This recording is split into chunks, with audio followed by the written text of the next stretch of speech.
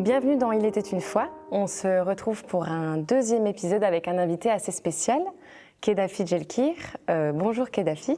Bonjour. Merci d'être avec nous et surtout d'avoir accepté cette invitation pour nous parler à cœur ouvert. Avant de commencer et avant toute chose, c'est ce que je demande à chaque invité, est-ce que tu pourrais un petit peu te présenter, nous parler de toi en quelques lignes? Oui, Kedafi Djelkir, ancien sportif de haut niveau, qui est aujourd'hui employé par la municipalité et je suis agent d'accueil. Très bien. Aujourd'hui, on est assis donc dans la salle de boxe Fight Academy à Besançon, ville de ta naissance. Est-ce que tu pourrais nous parler en quelques mots de ton enfance? Tu as grandi où à Besançon? Alors en fait, j'habite dans le quartier de Morapon et j'y habite encore toujours. Je suis né en fait sur le quartier de Morapon et puis je suis très attaché à ce quartier-là et voilà. D'accord. Tu as grandi tout seul ou tu avais des frères et sœurs? J'ai des frères et sœurs. On est une fratrie de 7 enfants. Ouais. J'ai 3 frères, 3 sœurs, dont je suis le petit dernier. Ouais. Et j'ai grandi avec, bien sûr, avec mes parents. Oui. J'ai perdu mon papa en 92 D'accord. et j'avais 8-9 ans à cette époque-là. Et on a grandi dans un milieu assez modeste. Comment on réagit quand on perd son papa à cet âge-là? Écoutez, à mon âge, je ne pense pas qu'on en ait conscience. On n'en a pas conscience. J'étais assez bien entouré. Ma mère m'a donné énormément d'amour. J'étais bien entouré envers mes frères et sœurs. Donc à ce moment-là, on n'en prend pas forcément conscience. Mais en grandissant, on prend conscience de certaines choses. Et c'est vrai que je me rappelais que mes amis, moi, disaient mon papa ci, mon papa ça, et moi je disais à chaque fois mon grand frère ci, mon grand frère ça. Et ouais, c'est des choses qui, au début, ne sont pas choquantes, parce que c'est normal. Mais après, quand on grandit, on prend de l'âge, on se dit que ouais, un grand frère ne peut pas remplacer un papa. Oui, bien sûr. Est-ce que la peur de grandir sans papa, du coup, tu l'as ressentie à ce moment-là ou pas du tout? Pas du tout, parce que comme je vous l'ai dit, j'étais super bien entouré, j'ai pas manqué d'amour, j'ai pas manqué de force. J'ai toujours été bien entouré et c'est vrai que ouais, ça a été une force pour moi. Alors on m'a dit que tu n'étais pas trop école et que tu as décidé de te concentrer sur le sport. Comment la boxe, elle est venue à toi? La boxe est venue à moi parce que tout simplement c'est le sport et un sport individuel qui m'a beaucoup intéressé. À ce moment-là, j'étais pas trop mal, je faisais pas mal de sport. J'ai fait du sport co comme le football, qui est un sport assez populaire. Et c'est vrai que c'est assez difficile de pouvoir briller lors d'un sport collectif. Et assez naturellement, je me suis orienté vers la boxe, qui était un sport assez populaire dans les quartiers, populaire aussi. Donc ouais, j'ai essayé, ça m'a tout de suite plu et j'ai eu des résultats assez rapidement. Donc tu avais quel âge quand tu as commencé la boxe? 12 ans à peu près. 12 ans, mais à ce moment-là, j'étais pas très sérieux. Je faisais de la boxe et du foot et du karaté en même temps. J'ai touché un peu à tout. Je voulais juste m'occuper et puis me faire plaisir. J'étais quelqu'un d'assez speed, donc il fallait m'occuper. Et au fur et à mesure du temps, j'ai accroché à cette activité-là, car à l'époque, j'avais un éducateur sportif qui me soutenait, qui m'accompagnait beaucoup, et ça m'a pas mal aidé.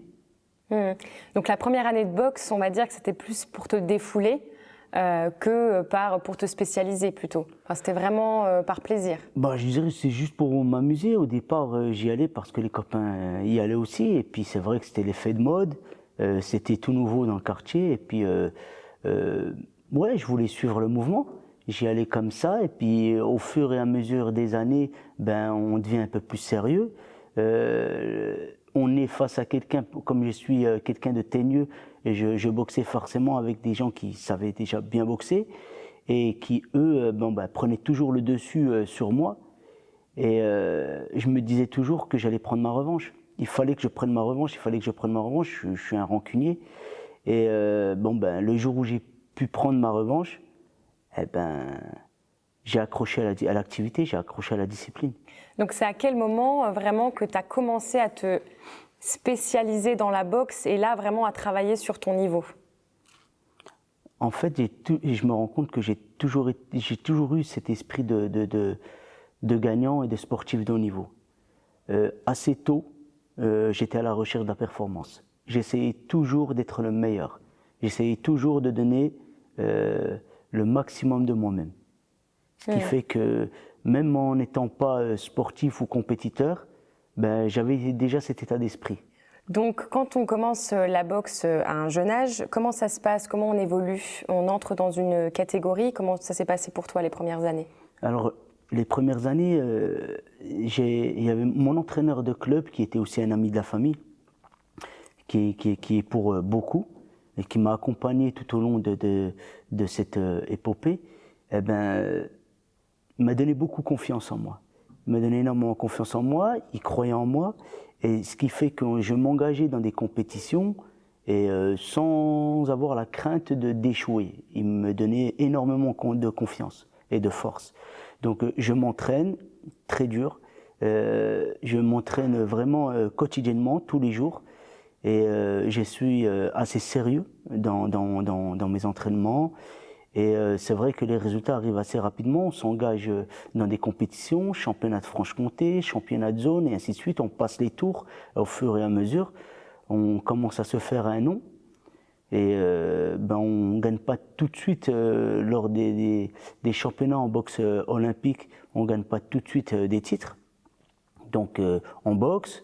Et c'est vrai que j'arrive à atteindre les quarts de finale, les demi-finales chaque année, mais toujours avec un dégoût, parce que à chaque fois j'ai l'impression d'être battu, mais injustement.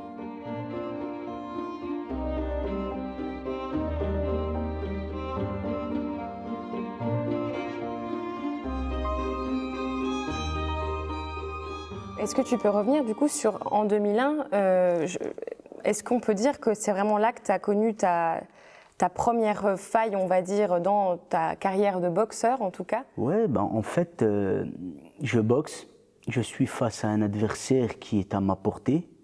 On effectue un très bon combat, tous les deux. On s'imagine qu'on allait gagner, mon entraîneur et moi, et en fait, on nous donne perdant. Donc, grande déception.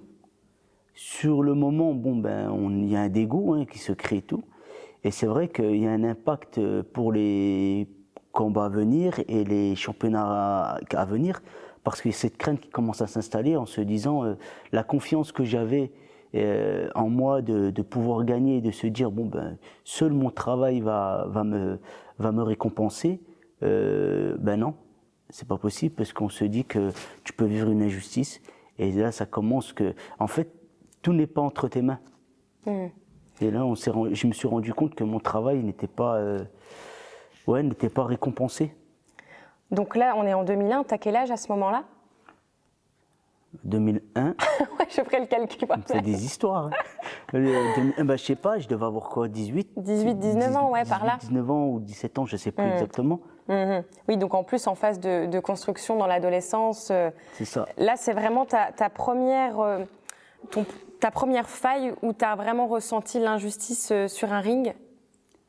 Ben oui, exactement, parce que comme j'étais pas très scolaire, j'étais pas très studieux, j'ai misé énormément dans le sport, et j'ai misé beaucoup dans la boxe, espérant vraiment faire carrière. Et c'est vrai que le coup d'arrêt là qui m'est imposé, ben je vis ça comme une véritable injustice. Est-ce que ensuite tu as peur de refaire des combats parce que tu as peur de resubir ce type d'injustice? Alors évidemment que la peur s'empare de nous, mais je suis tellement passionné par cette activité-là que je n'ai pas peur de retourner au combat. La seule crainte que j'ai, c'est de retrouver ce moment d'injustice qui, elle, a un impact envers ma vie, envers ma carrière, parce que je me dis que je ne vais pas pouvoir atteindre mes objectifs. Mais en fait, ce n'est pas une peur qui vous tétanise, c'est une peur qui vous inquiète. Moi, c'est une peur qui m'inquiétait beaucoup, parce que il y a différentes façons de gérer cette peur-là, et j'ai assez bien géré cette peur-là. Est-ce que tu la montres ou est-ce que tu la gardes pour toi à ce moment-là? Le truc, c'est que j'ai un bon sport.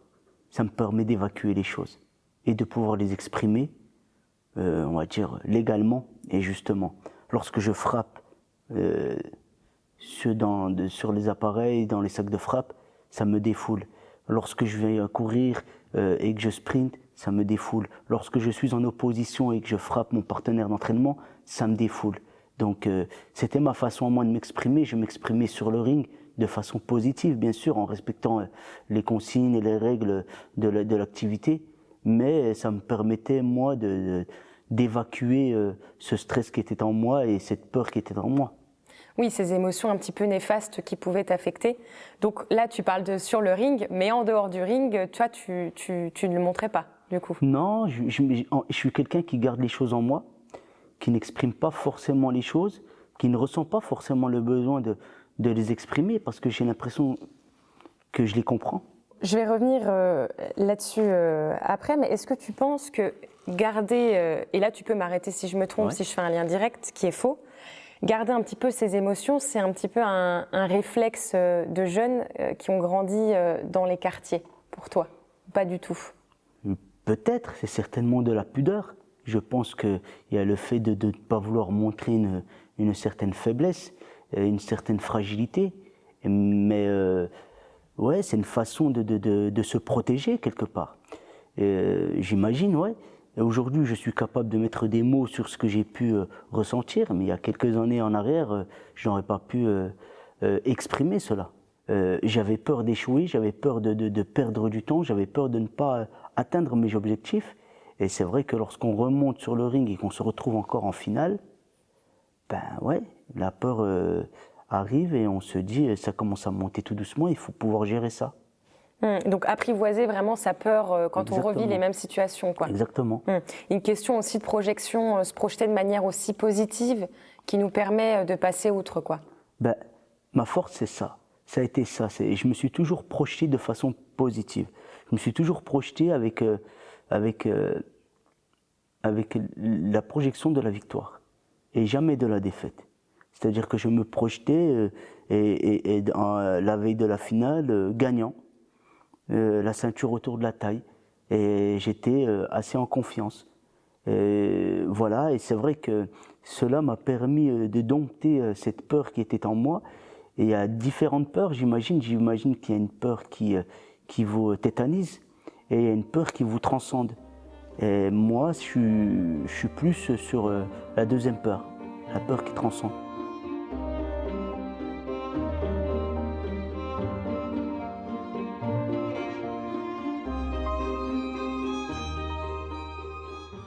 J'ai pu montrer une différence parmi les finalistes qui ont perdu.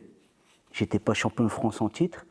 Et j'ai attiré l'attention des entraîneurs des équipes de France qui, eux, ensuite m'ont recruté pour l'année 2003-2004. Donc quand on parle de recrutement, on parle bien sûr de l'INSEP, donc pour ceux qui ne connaissent pas, l'Institut national du sport et de l'expertise et de la performance, pardon. Donc là, actuellement, tu es pris, tu es reconnu et tu es sous la tutelle de Marcel Laurent. Quelles vont être tes premières émotions là, à ce moment-là?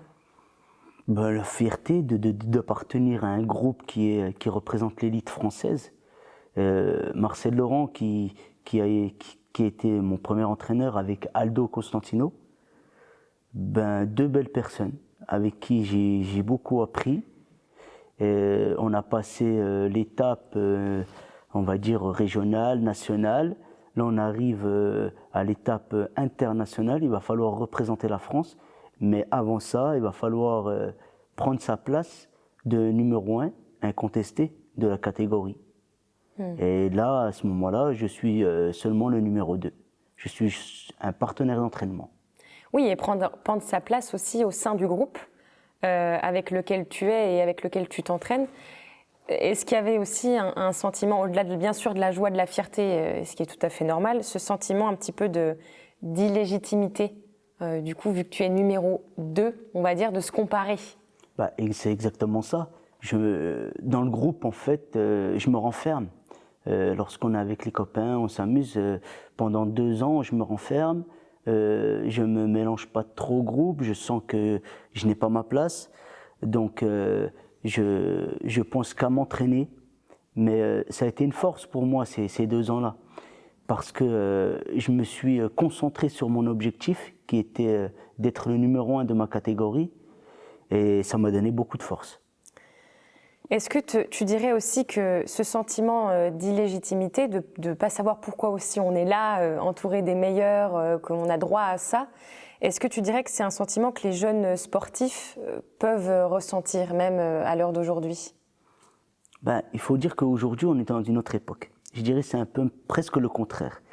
Les gens ne sont pas légitimes, mais se sentent légitimes, dans l'époque où on est aujourd'hui. Et moi, je ne me sentais pas légitime alors que j'étais tout proche. Et j'aurais pu me sentir légitime. Et dans la société dans laquelle on vit aujourd'hui, les jeunes d'aujourd'hui se sentent légitimes alors qu'ils ne le sont pas. Ou ils sont à des années-lumière, mais ils revendiquent des choses. Et c'est totalement le contraire de ce que moi j'ai pu vivre, c'est-à-dire le petit sportif qui attendait sa place sagement et qui, par son travail, allait réussir. Et aujourd'hui, on veut prendre des places sans travailler. Et je pense qu'ils n'ont pas conscience de tout. Et ils ont confiance en eux, c'est une bonne chose. Mais à un moment donné, cette confiance-là doit être gérée et utilisée à bon escient. Et par moment, ils s'emportent un peu trop. Et ce surplus de confiance peut leur faire beaucoup de mal. Je reviens à ce qu'on disait au parcours. Donc en 2004, tous les champions de France partent pour les qualifications à Athènes pour les Jeux Olympiques. Donc en fait, il faut gagner ces qualifications pour participer aux JO. Et toi, tu vas combattre le champion de France en titre contre qui tu avais déjà perdu. Comment on fait là pour ne pas laisser la peur décider à notre place, sachant qu'il y a quand même un gros lot à la suite? En fait, j'intègre l'INSEP à ce moment-là, je suis pensionnaire de l'INSEP, ce qui veut dire que je ne suis pas dans le brouillard. Mon partenaire, je m'entraîne avec lui quotidiennement, je sais à qui j'ai affaire, je connais son niveau, je connais le mien, donc je suis assez serein là-dessus, parce qu'il y a des oppositions qui se font lors des entraînements. Je suis en toute confiance, je monte en puissance, de mois en mois je progresse. Et j'attendais ce moment-là avec impatience parce que c'était le moment pour moi de prendre le contrôle de ma catégorie et de devenir officiellement le numéro 1 de ma catégorie. Et c'est vrai que je gagne ce combat avant la limite, c'est-à-dire qu'on ne va pas au bout du combat, je gagne le combat avant la limite et le combat est arrêté et là je deviens champion de France pour la première fois. Ce titre de champion de France me donne l'occasion de participer au championnat d'Europe en Croatie, à Pula exactement. Il fallait, il me semble, atteindre les demi-finales pour valider son ticket. Et j'arrive en finale, ce qui me donne direct un accès aux Jeux Olympiques d'Athènes. Et je suis très heureux, j'ai atteint cet objectif-là. Dans la même année, je me battais pour devenir champion de France et là, je me retrouve vice-champion d'Europe, qualifié pour les Jeux Olympiques d'Athènes, c'était super. Et bien sûr, on arrive aux Jeux Olympiques, je gagne mon premier combat, je perds mon deuxième combat, donc en boxe, on est éliminé, élimination directe. Et c'est vrai, très déçu par ce résultat-là, parce que je misais vraiment sur ces jeux. Et je demande à partir. Je demande à ce qu'on me rende mon billet et mon passeport pour que je puisse rentrer chez moi. C'était trop dur pour moi de rester dans la compétition. La rentrée arrive, on repart sur des compétitions. Et il s'avère que compétition à Almeria en 2005, Jeux méditerranéens, et je boxe. Je vais rencontrer un boxeur marocain qui j'ai déjà battu. Et je suis en confiance, je suis assez serein. Et j'engage le combat, ça se passe plutôt bien. Et à ce moment-là, je prends un coup qui me m'éteint la lumière, comme on dit dans notre jargon, c'est-à-dire que je suis KO. Et à ce moment-là, je suis même pas capable de vous dire les choses, puisque moi, c'est mes collègues qui m'ont expliqué la suite. Comme je l'ai dit, moi, il m'a déconnecté, j'étais vraiment plus connecté, un sale chaos. Et mes collègues m'ont dit, tu nous as effrayés, quoi. On t'a vu essayer de te relever, t'es retombé.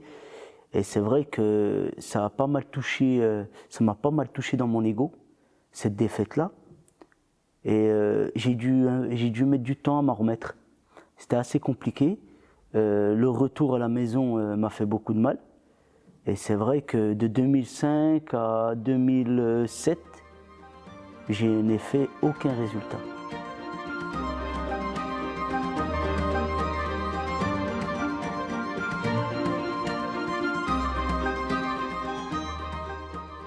Vous vous doutez bien qu'un boxeur, il a un ego, c'est un sport de percussion, et c'est vrai que c'est très blessant de se faire prendre un KO lorsqu'on prétend à vouloir être le meilleur de sa catégorie. Et c'est vrai que je n'étais plus le même sur le ring. Je ne comprenais pas la situation. Au début, je ne comprenais pas. Des choses que j'enfilais les compétitions comme des perles, et puis les résultats n'étaient pas les mêmes.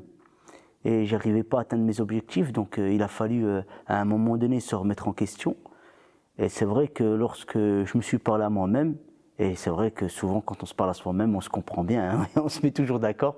Donc je me suis mis d'accord avec moi-même, et c'est vrai que j'ai pu atteindre les objectifs suivants. Et c'était assez difficile. Qu'est-ce que tu t'es dit du coup? Nous, on veut savoir. En fait, tout simplement il fallait que je reprenne mon niveau d'avant et que j'y aille, quoi, que je n'ai plus cette crainte de vouloir perdre, ou cette crainte d'attendre que les juges m'offrent cette victoire, et que ces victoires-là, il fallait que j'aille les chercher. Et comment on va les chercher? En s'entraînant dur, en ayant confiance en soi. C'est ce qui a fait ma force à moi, c'est de me réadapter continuellement, et tout simplement de me faire confiance à moi, et seulement qu'à moi. Et je n'attendais pas après les juges, je n'attendais pas après les entraîneurs. C'est pour ça que je m'entraînais d'arrache-pied. Et c'est vrai que j'ai développé en moi une force mentale qui aujourd'hui m'aide au quotidien. Tu as un seul objectif en tête, c'est de refaire les Jeux Olympiques. Ouais. Donc là, en 2008. Comment ça va se passer, les qualifications? Assez difficile. C'était assez difficile parce qu'il y a déjà une première chance de se qualifier lors des championnats du monde à Chicago en 2007. Je perds. Je ne me qualifie pas. Je perds face à un Américain qui est chez lui, devant son public. Écoutez, je suis assez déçu de mon combat. J'ai pas fait ce qu'il y avait à faire. Et puis, c'est cette peur qui commence à revenir. Cette peur qui revient tout doucement, qui commence à s'emparer, et puis on se dit waouh, on va pas se faire prendre par encore une fois cette peur, cette crainte de pouvoir atteindre ces objectifs-là. Donc on se reparle encore une fois, on continue à se reparler, à se remobiliser, et je vais à Pescara en Italie pour le deuxième tournoi de qualification. Il y en a 3 en tout, et je me qualifie. Je vais jusqu'en finale et je gagne le tournoi. Et j'étais très heureux, et là je reprends confiance en moi, et je suis qualifié pour les Jeux de Pékin. Je suis très heureux au fond de moi, parce que je me dis ouf, je vais pouvoir revivre les Jeux. Mais là, cette fois-ci, il va falloir y aller jusqu'au bout. J'ai pris les choses une à une, objectif par objectif. Lors du tirage au sort de la compétition, on nous donne le tirage au sort, et on fait aussi on met en place des stratégies en se disant écoute, si tu gagnes, tu peux boxer, tu vas rencontrer certainement le vainqueur de ce combat-là. Et moi, à ce moment-là, je demande à mon entraîneur de me donner seulement l'adversaire que je vais rencontrer. Pas de projection, je ne me projette pas. Et je pense que ça m'a pas mal aidé. Je ne me suis pas projeté, je me suis concentré sur l'adversaire du moment. Et ça, jusqu'au bout de la compétition, ça a marché comme ça. Et là, j'arrive en demi-finale, je suis assuré d'avoir une médaille de bronze, donc très heureux, j'ai atteint l'objectif. Et lorsque je boxe en demi-finale, je boxe contre un Azéri, contre qui j'ai perdu lors des championnats d'Europe. Et j'arrive à prendre ma revanche à ce moment-là, et je gagne le combat. Et très heureux, j'ai atteint la finale. Ça me fait penser un petit peu dans ces combats-là, tu rivalises parfois avec les mêmes contre qui tu as perdu autrefois, enfin en tout cas dans ton parcours pas mal de fois pour toi. C'est un peu comme le passé, quand tu n'as pas retenu la leçon, il revient toujours en fait en pleine figure pour que tu refasses en fait les mêmes schémas jusqu'à ce que tu aies compris la leçon et que tu fasses différemment en fait. Exactement, mais j'ai eu cette chance moi de ne pas me tromper 2 fois de la même façon. Et ces Jeux Olympiques-là de 2008 peuvent en témoigner. Je rencontre des personnes qui m'ont battu. Et à chaque fois, j'arrive à prendre ma revanche à chaque fois. Est-ce que là, tu as ressenti vraiment cette légitimité à monter sur le podium? Ou alors tu avais toujours un petit peu ce sentiment d'illégitimité à être là, sur cette place, sur ce podium? Je pensais à la médaille d'or, moi, à ce moment-là. C'est-à-dire que sur ce moment-là, j'étais déçu. Moi, la seule chose sur le moment bien présent, faut se remettre dans le contexte. Je viens de perdre une finale olympique et je me fais arrêter. Donc, j'ai pas eu le temps de m'exprimer. Donc, je suis dans le dégoût total. Je suis dans la colère. Je suis fâché sur le moment-là. Et il y a un dégoût qui est en moi et puis qui m'empêche de profiter de l'instant présent et de sourire et de se dire écoute mec, t'es vice-champion olympique. Et c'est vrai que je prends pas plaisir à ce moment-là, mais avec le temps je prends conscience de ce que j'ai pu faire. Est-ce que cette victoire olympique, si je peux l'appeler comme ça t'a fait grandir aussi, évoluer sur le plan personnel, au-delà du pro? Oui, certainement, parce que lorsque vous rentrez dans un autre monde, vous rencontrez d'autres personnes et on vous considère différemment. Et il faut s'adapter à ce nouveau monde, ce que j'ai pu moi faire par moment. Évidemment que c'est très intéressant, et c'est important.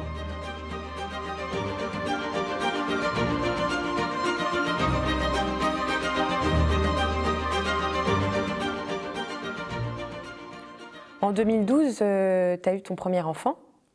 Comment on gère l'arrivée de nouvelles peurs? Là, je parle hors du ring, parce qu'à l'époque, en 2012, tu es encore boxeur, je le rappelle. Oui, effectivement. Je vis ma vie d'homme comme ma vie de boxeur, sans me poser de questions. C'est-à-dire que j'engage les choses et j'assume à chaque fois que les choses arrivent. Lorsque je me retrouve devant une difficulté, je fais face à cette difficulté-là, je surmonte cette difficulté-là et ça se passe plutôt bien. Et c'est vrai que dans ma vie d'homme, c'est comme ça que ça s'est passé. Je me marie en 2011, j'ai mon premier enfant en 2012, j'ai pas réfléchi. Je m'étais toujours dit, moi au fond, que mes enfants ne me verraient jamais boxer. Bon, ma première était petite, j'espère qu'elle s'en souvient pas, mais oui, elle m'a vu boxer. Pourquoi tu n'avais pas envie que tes enfants doivent boxer? Parce que c'est un sport assez particulier quand même. Vous imaginez que c'est votre père qui est sur le ring, même si c'est un sport, même s'il y a des règles, mais il se fait frapper, il se fait taper dessus. Et faire vivre ça aux gens que l'on aime, moi, ma famille, mes frères, mes sœurs, ma mère ne sont jamais venus voir un de mes combats. Tu n'avais pas envie de leur faire peur, c'est ça aussi? Oui, eux pensent à moi et moi je pense à eux. C'est-à-dire que les peu de fois où ils venaient me voir à boxer, moi je suis dans les vestiaires, je pense à eux. Et eux, ils sont dans la salle, ils pensent à moi. Donc on n'est pas bien. Je suis pas bien, lui il est pas bien. Donc ouais, j'ai dit c'est bon, ne venez plus. Ne venez plus, vous faites du mal à vous, vous me faites du mal à moi. Vous savez ce qu'on va faire? Restez à la maison, je vous appelle et je vous dis si j'ai gagné ou si j'ai perdu. Et ça s'est passé comme ça. Et ils l'ont très bien pris et ça les arrangeait quelque part de ne pas aller voir leur frère se faire taper dessus. Et c'est vrai qu'à chaque fois, ça va, t'as pas de marque, ça s'est bien passé. Et ouais, ça se faisait assez naturellement. Puis c'est vrai que ça m'a pas mal aidé parce que je boxais sans pression. Aujourd'hui, tu entraînes les jeunes au sein de la salle Fight Academy, comme on l'a précisé en début d'interview. Tu coaches les jeunes les personnes qui veulent se mettre à la boxe. Tu leur donnerais quoi comme conseil pour aller au-delà de leur peur? Prenez plaisir à faire ce que vous avez envie de faire. N'allez pas à contre-courant parce que ce n'est pas forcément bénéfique. C'est ce que je dirais. Prenez plaisir au max. Ne vous mettez pas en danger parce qu'il n'est pas normal de se faire du mal. Lorsqu'on engage quelque chose, on le fait pour soit son bien-être ou parce qu'on aime ça ou par passion. Donc faites-vous plaisir. Et le plaisir aussi nous amène à la confiance aussi. Évidemment, lorsque, vous savez, on aime toujours ce qu'on sait faire. Tout ce qu'on ne sait pas faire, on dit « ah, j'aime pas ça ». Et quand on regarde bien, ce qu'on n'aime pas faire, c'est ce qu'on ne sait pas faire. Ça, c'est beau, j'aime le noter. Aujourd'hui, tu as 4 enfants. Oui. Qu'est-ce qui fait le plus peur, selon toi, monter sur un ring ou éduquer un enfant dans un monde qui est en perpétuel changement? Oh, je dirais éduquer un enfant qui est dans un monde parce qu'on n'a pas le contrôle de tout ça. Lorsqu'il est à la maison, lorsqu'il est, ne serait-ce que à l'époque de enfant, c'est encore plus ou moins gérable. À l'âge de l'adolescence, on commence à perdre un peu le contrôle. Et une fois qu'ils deviennent adultes, ils sont responsables. Donc on n'a plus la main. Là aujourd'hui, on donne un cadre, on donne des règles, en espérant qu'ils les retiennent et qu'ils les assimilent bien. Après, ce sera eux qui feront le nécessaire, quoi. Ils sont assez autonomes après par la suite. Ils feront leur choix. Exactement. Tu disais que quand tu étais jeune, tu avais du mal à exprimer tes émotions, qu'elles soient surtout les néfastes, on va dire. Est-ce que c'est toujours le cas aujourd'hui? Non. Non, parce que je pense que je prends assez de recul et puis j'ai moins peur. J'ai cette assurance qui est en moi, j'ai moins peur et je suis assez content parce que mes enfants, par cette carrière que j'ai pu avoir, mes enfants, eux, sont super confiants. Ils n'ont pas leur langue dans leur poche. Et ouais, je suis content qu'ils n'aient pas bénéficié de ce défaut-là. Et ils s'expriment assez bien, ils n'ont pas peur. Et ils sont assez fiers d'avoir un papa qui a eu la carrière que j'ai pu avoir. Et je pense que ça joue énormément. Et est-ce que eux, quand ils ont peur, ils te le confient? Ils n'expriment pas, mais ils me le montrent. Et ils n'arrivent pas à s'exprimer, mais ils me le montrent assez rapidement. Donc, comme je suis assez proche de mes enfants, je le vois. Aujourd'hui, on vit dans une société assez particulière. Est-ce que toi, tu la trouves injuste ou pas? En fait, oui, elle est injuste, bien sûr, mais elle l'a toujours été, à différents degrés. Peut-être qu'aujourd'hui, elle l'est un peu plus que hier, ou j'en sais rien. Bien sûr qu'il va y avoir des injustices. Bien sûr que c'est pas juste ce qui se passe. Mais qu'est-ce qu'on fait? On subit ou on prend le taureau par les cornes et puis on essaie de contourner le truc. Ça me fait penser à ce que tu disais justement. La vie, c'est un petit peu un combat sur un ring, finalement. Quel est le meilleur conseil que tu peux donner à quelqu'un pour ne pas, on va dire, qui cède à la vie, qui subisse justement la vie? D'être honnête, de rester honnête. C'est-à-dire que ça paye toujours. Et en plus, même dans les films américains, les gentils gagnent toujours. Donc je me dis, ouais, rester honnête, je pense que c'est quelque chose qui peut faire toute la différence. Je voulais reprendre une phrase qui m'a assez fait écho à ce qu'on s'est dit. Donc ça vient de la première dame des États-Unis, donc Eleanor Roosevelt, qui disait « Chaque expérience où vous vous arrêtez vraiment pour regarder la peur bien en face augmente votre force, votre courage et votre confiance. Vous devez faire la chose que vous n'êtes pas capable de faire. » Est-ce que tu es d'accord avec ça? Oui, je suis assez d'accord. Parce que chaque épreuve nous donne de la force et quand on a passé ces épreuves-là, ça nous donne plus de courage pour la suite. Évidemment, mais pour cela, il faut déjà être capable d'affronter cette peur. Donc aujourd'hui, la peur, on va dire que c'est ton ami. Tu n'as plus peur de la peur. Non, je peux pas dire ça, mais on va dire que c'est quelque chose que je connais, que j'arrive à contrôler, du moins dans le domaine de la boxe, parce qu'après il y a différentes peurs, mais dans le domaine de la boxe, j'arrive à contrôler cette peur-là et même à la dompter. Et dans le domaine là je parle hors ring, hors boxe, tu t'apprends à l'apprivoiser. Je vis avec, j'ai pas le choix. C'est-à-dire que c'est mon quotidien et c'est normal d'avoir peur. Et quand on se dit ça, une fois on a balayé ça, parce qu'en fait c'est une histoire d'ego tout ça, c'est une histoire d'homme. C'est l'homme qui a peur de dire que, mais non, ouais, et alors j'ai peur, et alors ça fait quoi? Mais une fois qu'on a dit ça, c'est fini. Oui. Voilà.